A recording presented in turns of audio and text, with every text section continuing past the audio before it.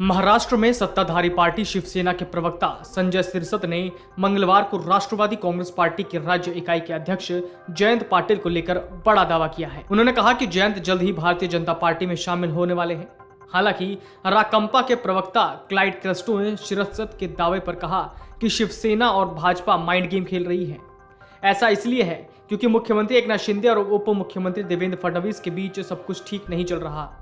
इससे पहले सिरसत ने राज्य के पूर्व वित्त मंत्री जयंत पाटिल का मजाक उड़ाते हुए कहा कि मई की शुरुआत में राकांपा अध्यक्ष पद से इस्तीफा देने की शरद पवार की घोषणा के बाद पाटिल का रोना सिर्फ एक नाटक था। जयंत पाटिल भाजपा में शामिल होने वाले हैं। राकांपा को वफादारी के बारे में ज्ञान नहीं देना चाहिए। पार्टी खुद विश्वासघात का ही परिणाम है। इससे पहले अप्रैल में अटकलें थी कि अजीत पवार भाजपा में शामिल होने की योजना बना रहे हैं। बाद में उन्होंने इन अटकलों को खारिज कर दिया था और मीडिया पर उनके बारे में अफवाहें उड़ाने का आरोप लगाया था।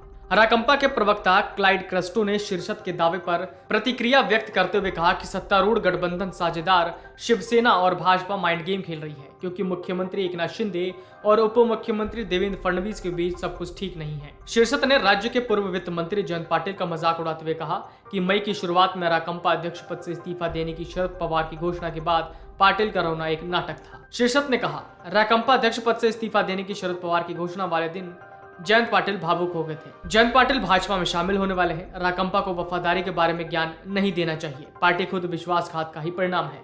राकांपा के प्रवक्ता क्रेस्टो ने मुंबई में कहा, माइंड गेम, फडणवीस और शिंदे के बीच सब कुछ ठीक नहीं और इसलिए ध्यान भटकाने के लिए वो ऐसा कर रहे हैं। पहले अजीत दादा और अब जयंत पाटिल जी। पहले अजीत पवार को लेकर चर्चाएं चल रही थी कि वो बीजेपी ज्वाइन कर सकते हैं और अब जयंत पाटिल का नाम लिया जा रहा है।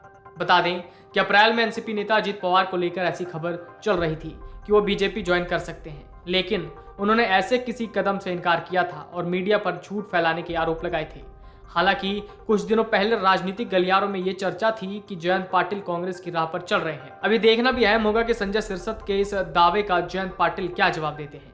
जयंत पाटिल के बीजेपी में शामिल होने की अटकलें इसलिए लगाई जा रही हैं क्योंकि कुछ दिनों पहले उनसे प्रवर्तन निदेशालय ने कार्यालय में बुलाकर पूछताछ की थी। ईडी को जयंत पाटिल पर मनी लॉन्ड्रिंग का शक था। जयंत पाटिल से तकरीबन 9 घंटे से ज्यादा समय तक पूछताछ हुई थी। Video desk अमरउजाला.com।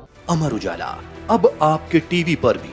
अपने स्मार्ट टीवी पर यूट्यूब पर सर्च करें अमर उजाला, चैनल सब्सक्राइब करें और देखें ताजा खबरें, वो भी HD क्वालिटी में। और हाँ, बेल आइकन दबाना ना भूलें ताकि हर खबर हो आपके घर। अमर उजाला, निष्पक्ष, निर्भीक, निरंतर। अमर उजाला अब आपके टीवी पर भी। अपने स्मार्ट टीवी पर यूट्यूब पर सर्च करें अमर उजाला, चैनल सब्सक्राइब करें और देखें ताजा खबरें, वो भी HD क्वालिटी में। और हाँ, बेल आइकन दबाना ना भूलें ताकि हर खबर हो आपके घर। अमर उजाला, निष्पक्ष, निर्भीक, निरंतर।